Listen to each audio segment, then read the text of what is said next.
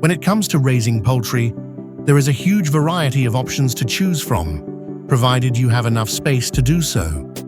But among all these options, there is one bird that stands out for how different, useful, and little known it is. The guinea fowl, also called gallineta or cocina in many Latin American countries. This bird, which is part of the common chicken family, is a real gem of the farmyard. Not only because of its exotic appearance with a featherless head, compact body, and speckled plumage, but also because of the great benefits it offers to those who decide to raise it.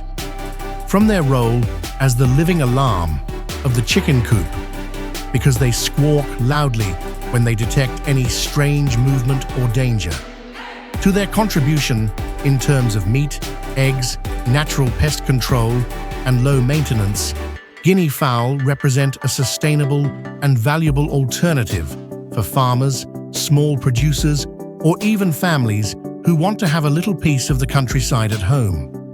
Raising them is a different, educational, and rewarding experience, but it is not the same as raising traditional chickens.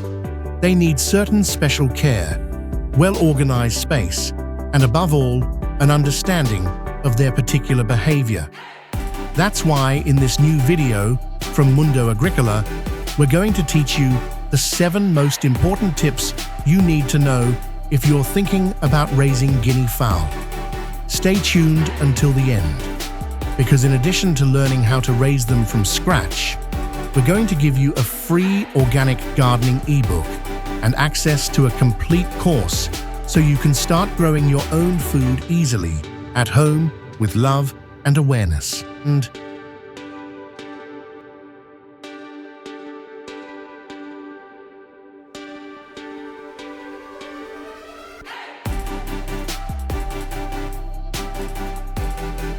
tip number 1, choose where they will live.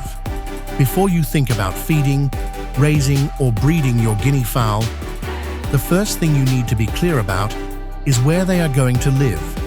And it's not just a matter of building any old chicken coop. These birds, although similar to common chickens, have their own personality. They are more active, more curious, and also more distrustful.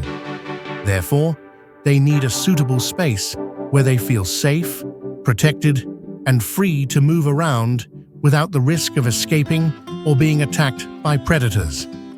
At Mundo Agricola, we advise you to think of your chicken coop as a small refuge that provides comfort, order, and harmony. If they are loose in an unsafe place, they can easily fly away and escape. The ideal place should be neither too big nor too small. For each pair, a space of 2 square meters will be enough for them to live comfortably. The floor should be covered with straw, sawdust, or wood shavings, which will help control bad odors and maintain hygiene. In addition, it is important to protect the area with sturdy mesh or solid wood to prevent foxes, dogs, or other animals from entering and harming them. The roost, where they sleep, should be raised at least 50 centimeters off the floor, as these birds prefer to sleep high up. Despite their differences, guinea fowls adapt perfectly to living with common chickens, so you can raise them together if you prefer. But remember, their first contact with the new space is crucial. Keep them closed for the first few days so they can get used to it. Then you can open the coop, and they will return on their own at the end of the day, if they have recognized it as their home.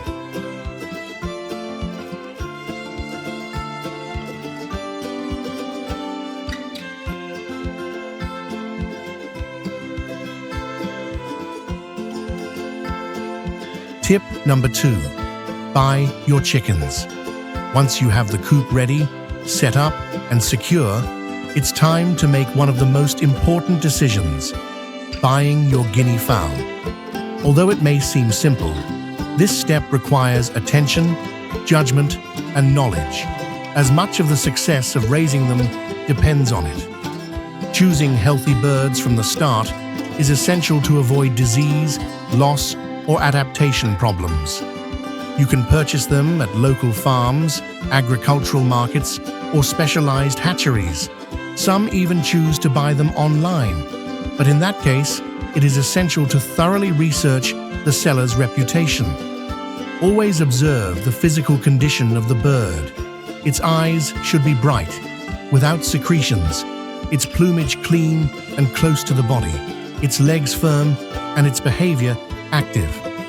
Avoid buying birds that are very still, with ruffled feathers, signs of coughing, sneezing, or nasal discharge, as they may be sick or stressed.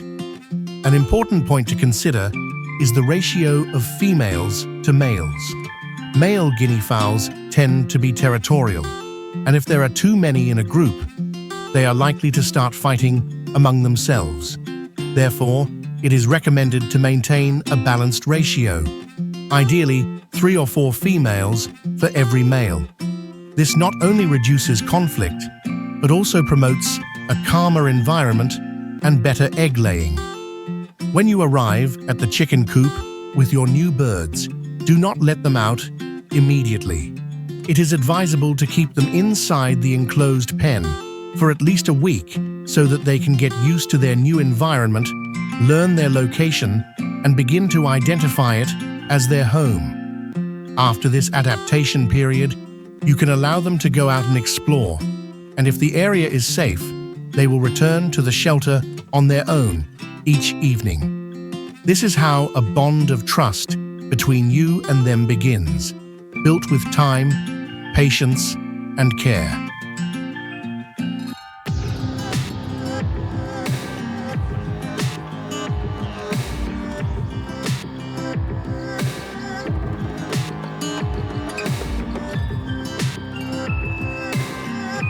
Tip number 3, feeding. Good nutrition is the basis of everything in raising guinea fowl. Although these birds are strong and resilient by nature, they need a proper diet to grow healthy, produce quality eggs, and stay active. Feeding them well does not mean spending more, but doing so intelligently, combining nutrients, observing their needs, and taking advantage of what the land has to offer. Guinea fowl are omnivorous, meaning they eat everything from seeds and grains to small insects, worms, snails, and fruit or vegetable scraps. If you have enough space for them to forage, they will find some of their food in the ground themselves, which not only enriches their diet, but also helps control pests in the environment. However, if they are confined or the area is limited, it is important to supplement their diet in a balanced way. It is recommended to offer a mixture of cereals such as corn, wheat, oats, sorghum, barley, and millet. These seeds should be clean, dry, and in moderate amounts. You can also add vegetable scraps, ripe fruit, and even finely crushed eggshells, which provide calcium. During the breeding season, or when they are growing, it is essential that their diet contains sufficient protein, either through commercial concentrates or natural supplements, such as fish meal, worms, or dried larvae. In the case of chicks, their diet must be adapted to their age. During the first few weeks, it is essential to give them specific chick feed that is rich in protein and easy to digest. You can also offer them very finely ground corn, but always with constant access to fresh, clean water. Water, although sometimes overlooked, is just as important as food. It must always be available, especially on hot days. A balanced diet not only prevents disease, but also influences behavior, plumage, fertility, and posture. Feeding conscientiously means raising responsibly.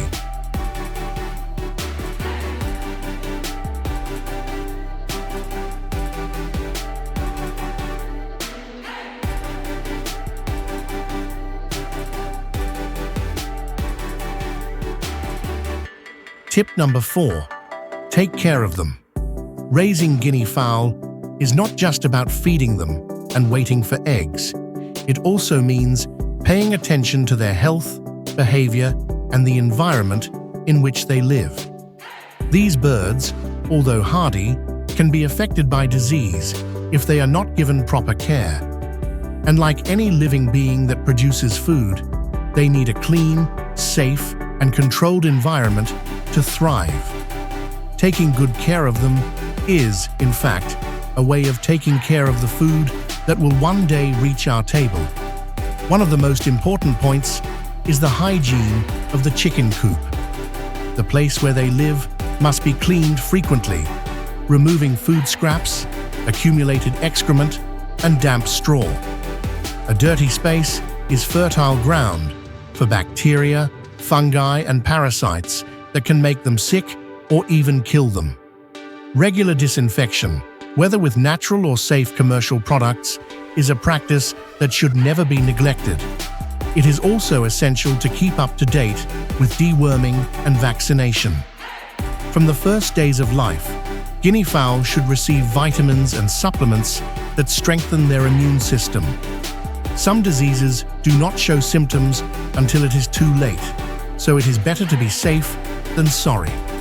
Always consult with a trusted veterinarian or poultry technician to find out which vaccines and treatments to apply according to the age and region where you live. Another important aspect is to observe them daily. A hen that changes its behavior, isolates itself, stops eating, or has ruffled feathers may be sick. Daily attention, although it may seem simple, is one of the most powerful tools of a good breeder, because those who observe prevent, and those who prevent guarantee healthy and long-lasting breeding. Let's remember that these birds, although small, give us a lot. They control pests, beautify the coop, and provide us with quality meat and eggs. Caring for them is not an obligation. It is an act of respect for the life we cultivate.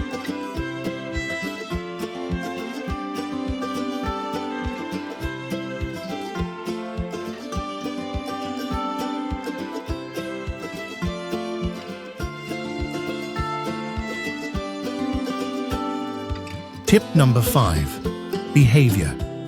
Knowing the behavior of guinea fowl is essential for harmonious breeding. These birds are not only different in appearance, but also in character.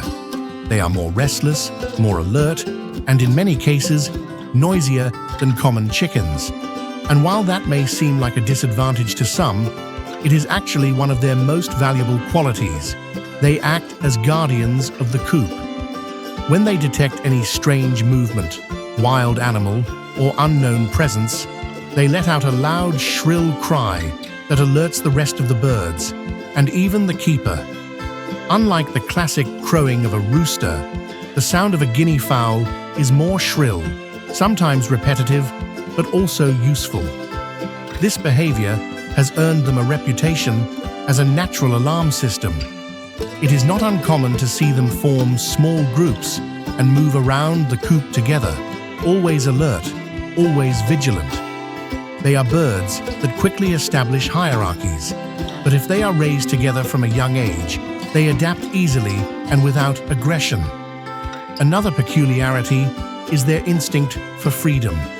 Although they can live well in enclosed spaces, they are birds that enjoy exploring, searching for insects, and moving around open areas.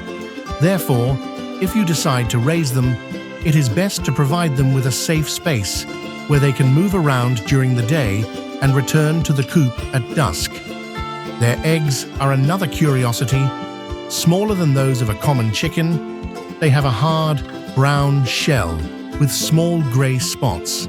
They are somewhat pointed at the top, and although guinea fowl lay eggs regularly, they are usually not very dedicated mothers. They often abandon the nest or get distracted, which can lead to the loss of eggs if they are not collected in time. It is also worth mentioning that their life expectancy is 6 to 8 years if they are well cared for. And although they are not as docile as other poultry, with time and routine, they can get used to human presence and become a peaceful part of the environment. Understanding their nature is key to living with them. Because when we respect an animal's natural behavior, not only do we raise them better, we also learn more about ourselves and how to harmonize with the life around us.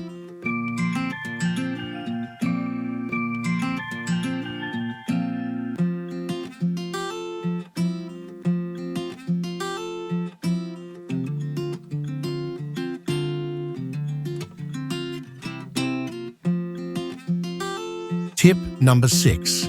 Take care of the chicks. Raising guinea fowl chicks is undoubtedly one of the biggest challenges in this process. Although these adult birds are hardy and adaptable, they are extremely delicate in their early stages.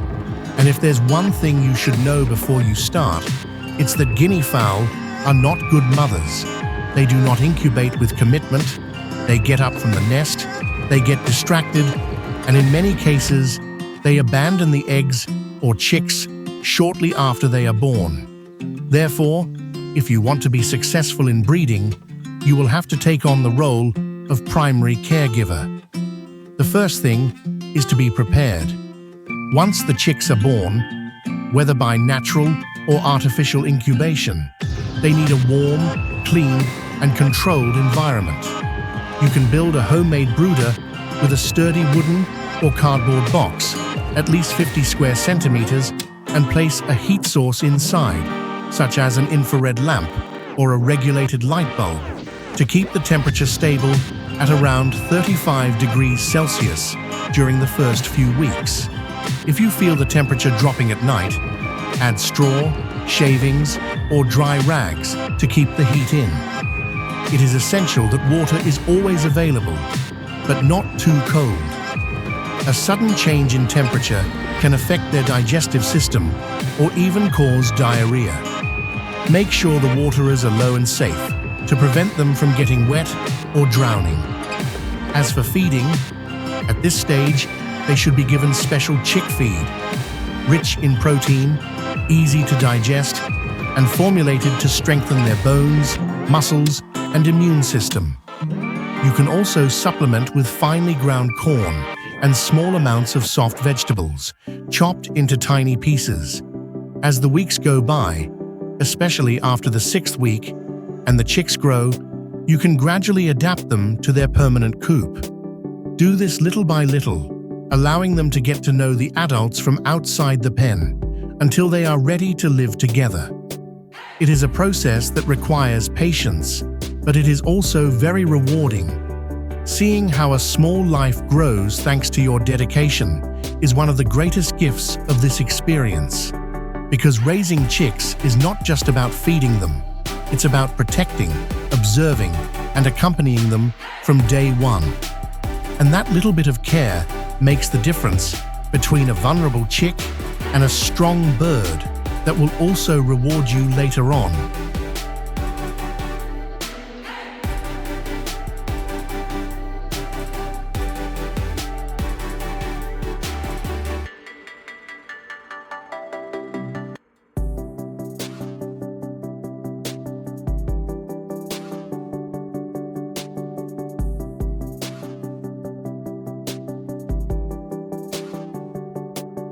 Tip number 7. We've come to the last tip, but that doesn't mean it's the least important. This is where we gather those details that are often overlooked but make a huge difference in the breeder's day-to-day life. One of them is the daily collection of eggs. Guinea fowl, as we mentioned, are restless and disorganized when it comes to laying. They don't always choose the same place and can leave their eggs in any corner of the pen, among weeds or under objects. If they are not collected in time, they can break, get wet, or even get lost. Collecting them every day is a simple task that ensures hygiene, control, and above all, makes the most of your bird's efforts. Another key tip: be very careful when catching them. Unlike common chickens, guinea fowl have more fragile legs. They should not be held by their legs, as you could injure them. The ideal way is to hold them with both hands by their wings, gently but firmly. This will prevent injury, stress, and defensive behavior, Also, never underestimate the power of silence and observation. Sometimes, spending a little time watching how they behave, how they eat, and whether any of them isolate themselves or change their attitude can give you valuable clues about their health and well-being. Raising birds is not just a task, it is a relationship that is built with time, patience, and attention. And before we close, we want to thank you for reading this far. If you found this video useful, help us make this knowledge available to more people. Like it, comment on your experience with guinea fowl, and share this content with others who are also interested in sustainable farming. Subscribe to the channel and turn on the bell so you don't miss any episodes. In addition, as a token of our appreciation, here is a link to download our free organic gardening ebook, a practical guide to learning how to grow your own food at home. And that's not all. You can also access our organic farming course free of charge, designed to reinforce your knowledge and help you lead a more self-sufficient and healthy life. Because when we grow together, we harvest awareness. And that's what really transforms the world.